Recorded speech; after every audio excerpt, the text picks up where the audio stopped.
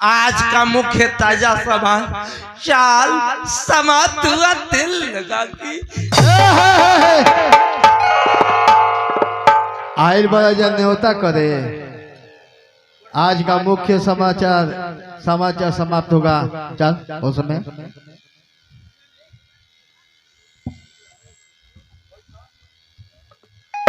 My father my mother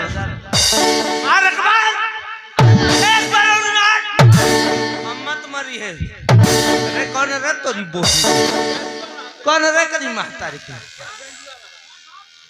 कौन है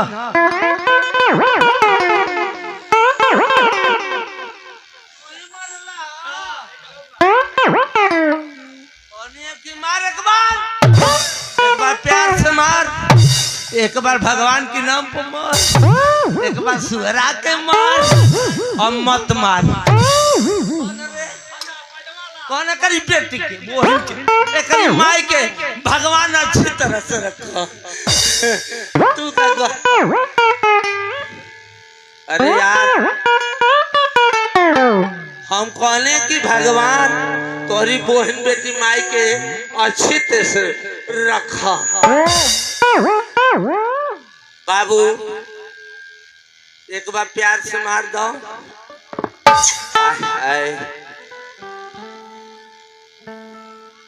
One, 2, 3, 4, 5 और 6 किधर है रे? और कोई है? कहते हैं नीम का पेड़ है किसी चंदन से कम नहीं। गांव का नाम क्या है? उसूड़ी। कितनी अच्छी नाम है। कहते हैं नीम का पेड़ है किसी चंदन से कम नहीं। आई उसूड़ी गांव किसी लंदन से कम नहीं। जोरदार तालियां हो जाए एक बार, जोरदार तालियां हो जाए। इसी के साथ साथ प्रभु श्री रामचंद्र जी का जयकार भी हो जाए। बोलिए श्री रामचंद्र की, लखन लाल की, माता जानकी की, और घरवा वाली की।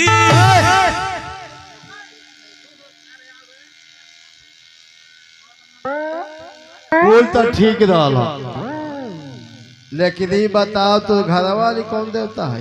माई के छोड़ के बतिया नहीं तो एक बे मारो के भौंकते सूजन हो जाई। ई वार सनम दो नाट बक बक तेरी माँ के कैट बिल्ली डाक को ताल पेन मारक मार।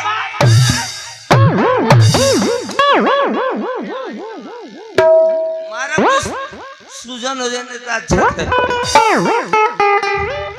का करब लायक होके, का करब लायक होके, आ का करब लायक होके, आ जब झूठ बोले ऐबे ना करी तो का करब विधायक होके। ए भैया उल्टा सीधा जो भी काट लो काम में आ गई पैसे पर। इस जमाना ऐसा चल गईल कि भैंसिए चढ़ गईल। सोनार चीन जाई, सोनार चीन जाई, सोना की भीतर हो आया ना तो का जानी बाहर की भीतर। सीधा देखियो ही तो पढ़ल लिखल बा। हम कहते नहीं सीधा तो ये गरम होके हमें लगे होता। सीधा अरे जाए दिनेश, ये दिनेश ये रेल हो चले में कलकत्ता बम्बई का मेल हो। पढ़े में इतना तेज हिता भा कि हर साल 5 में फेल हो। बुझ गई नहीं। आ कौन रे? ना समझ बे कौन है? हिसाब से बोल। कौन रे? अच्छा आप है?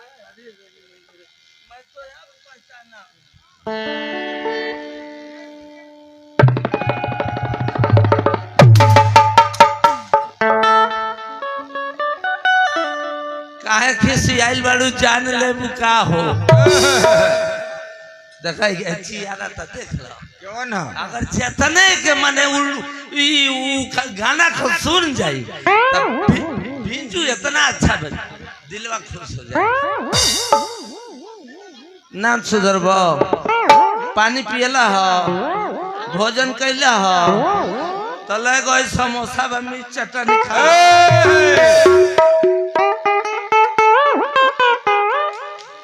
अरे साड़ुआ से हम तो नेता हकारी चालू साड़ुआ ए लोला सिंह आज से हमार तो हार नेता हकारी चाली कौन सा जिला है मेरे भाई एक बार प्यार से बता दीजिए आप।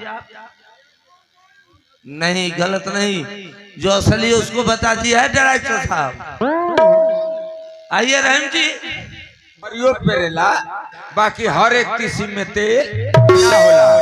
आपके बुलावल गइल बा जा स्वागत कइल गइल बा है जनता जनार्दन बहुत दूर दूर के दर्शक बंधु आइल बा त आप अपन पर चिल्लर मारा बोलो यार सुनो तो नहीं ज्यादा दिमाग गरम करबो ना तो जनते बड़ा हमारी मारा 396 दिन बुखार रही के तो टाइफाइड इलाज करे ठीक है ना हो तो ठीक बा आ तोरी बुखार का शक्ति ले। अरे जी हाँ और पावर देखा तनी कितना पावर बा। एक बार जोरदार तालियां बजाइए।